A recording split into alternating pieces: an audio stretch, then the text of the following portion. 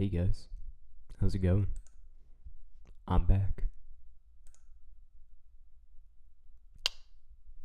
Anyways, guys, thank you guys for tuning in. Today we are looking at the Modern Horizons spoilers yet again. I don't know what that was.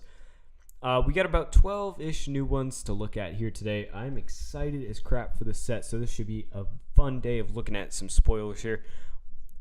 Yeah, so let's just hop right into this, because why not? I'm going to tilt this down just a tiny bit here. Okay.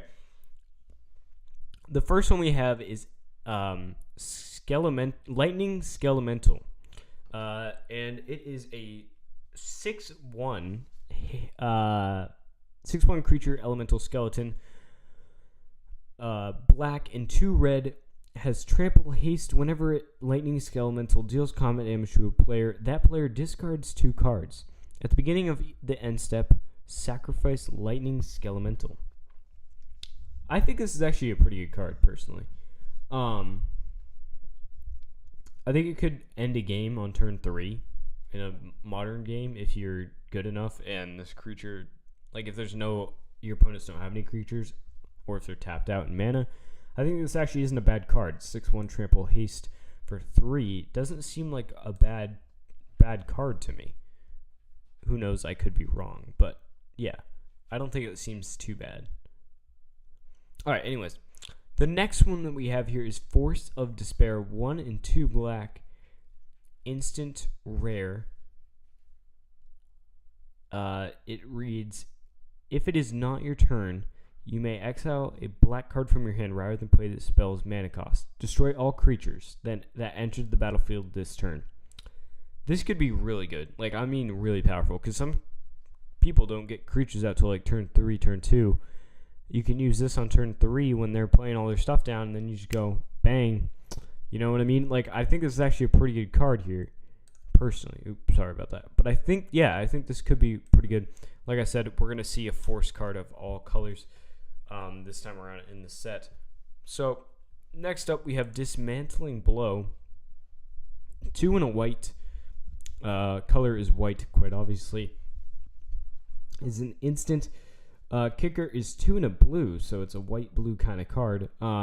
Destroy target artifact or enchantment. If this spell was kicked, draw 2 cards. Honestly, this card isn't that good. On to the next one. No, but I don't think it's that good. 3 mana to get rid of an artifact or enchantment isn't good, and then 6 mana to do the same thing and draw 2 cards off of it really isn't that great either. So, I mean, I don't know. It is just an uncommon, but still, it doesn't seem that great. Personally, I'm not actually that impressed by this set yet. Like, I feel like they're holding out on the really good cards or something. I don't know, but there just hasn't been anything that's, like, that powerful. You know what I mean? Okay. Next up, we have Nimble Mongoose. 1 green, 1/1 Shroud. This creature can't be the target of spells or abilities. Threshold, Nimble Mongoose gets +2/+2 as long as there are 7 or more cards are in your graveyard. A 1/1 Shroud isn't terrible. And its ability isn't terrible either.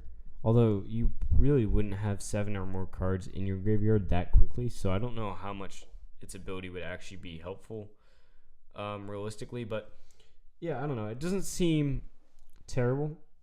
I don't know. A 1/1 for 1 with Shroud isn't that bad, realistically. Okay, so next one, we have a 5 different types of these lands here. So this one is Nurturing Peatland. I don't know. Anyways, so it's a land. It comes in untapped. Tap it to pay 1 life and add a green or a black. And then 1 and tap it, sacrifice it, draw a card. I actually don't think this is that. I think these are pretty good lands, honestly. I think these will be pretty good. It'd be better if they were land and then the type of land that they are, so you could fetch for them, but they're still not bad. Pay 1 life to get into green or a black isn't that bad. I was hoping I'd see 10 of these, 1 for each color combo, because I don't see green-red, and I would like a green-red one. But yeah, so we have the same thing. Fiery Islet, Waterlogged Grove, Silent Clearing, and Sunbaked Canyon are all the same type of card here. I think we have some pretty good lands. I think these will probably fall around the $5 range. I could be very wrong. I could be very right. I don't know. But I'd say that's kind of where my prediction lies for these cards. We actually don't, because of all the lands, we don't really have that many cards to look at today, unfortunately. But so this will be kind of a quick one. But yeah, I think these lands are going to be pretty powerful. I'm pretty sure we'll see some people playing them for the card draw and for the ability of being able to get whatever color you need for only paying 1 life. Really is pretty good. Our next one up here is Pondering Mage. It's a 3/4 creature, 3 and 2 blue. It's a common. When it enters the battlefield, look at the top 3 cards of your library, then put them back in any order. You may shuffle your library. Draw a card. This card... Hang on, I gotta read this again. Enters the battlefield. Look at the top 3 cards of your library. Put them back in any order. Honestly, I think for 5 mana, it's not great for 5 mana, but a 3/4, it's when you get to scry 3 and reorder them. So it's kind of a scry, but not really a scry. I think it's pretty good. For 5 mana, that's the only downfall, but a 3/4 to be able to do that is not bad, especially when it's a common. I'm kind of surprised by this card. But yeah, I don't think it'll see too much play just because it's 5 mana, and realistically, you don't want to be playing stuff on turn 5. You want your opponent to be dead on turn 5 when it comes to Modern. So, it's not bad, but I personally don't think it's amazing. If the CMC were much, much lower, like 3, that would be an amazing card. Even if it were like a 2/1 or something, and it costed, if it were like a 3/1, I mean a 2/1 or a 3/1, and it costed like 2 or 3 to come out, then you'd be talking at a really good card here. So, but I mean, it'd have to be like a rare, but still, it'd be amazing if it were that were the case. Yeah. So. The next one we have here is Chiller Pillar. Chiller Pillar is a 3 and a blue, 3/3 creature, snow creature insect, 4 and 2 snow mana, monstrosity 2. If this creature isn't monstrous, put 2 +1/+1 counters on it, and it becomes monstrous. Snow can be paid only with 1 mana from a snow permanent. As long as it is monstrous, it has flying. It's a common. It's not that great. I think they're trying a little bit too hard on the snow kind of permanents here. It might make a good, interesting limited situation, but personally, I don't think it's going to be that good of a card, especially since it's 2, so it won't be good in limited. No one's going to be playing it in Modern. I don't know. It just doesn't seem that great to me, personally. Second to last one here is Urza, Lord High Artificer. This is probably the major news of the day. 2 and 2 blue legendary creature, mythic rare.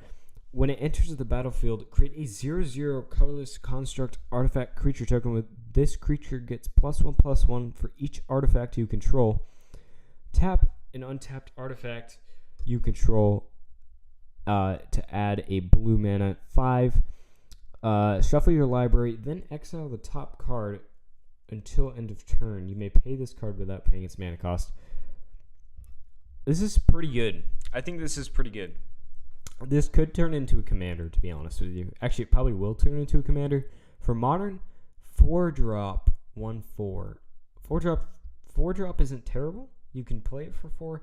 This is ramping for blue, which is kind of huge news for blue because blue hasn't really had a lot of ramp before. Or at least not that I know of. I could be mistaken. Don't count me on that one.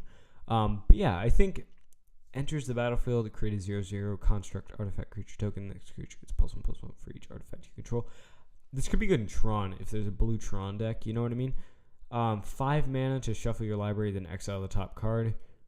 That's also not terrible. But 5 mana is a lot, so you'd have to have some expensive spells in your deck to really make that worth it. Otherwise, there's really no point in doing it.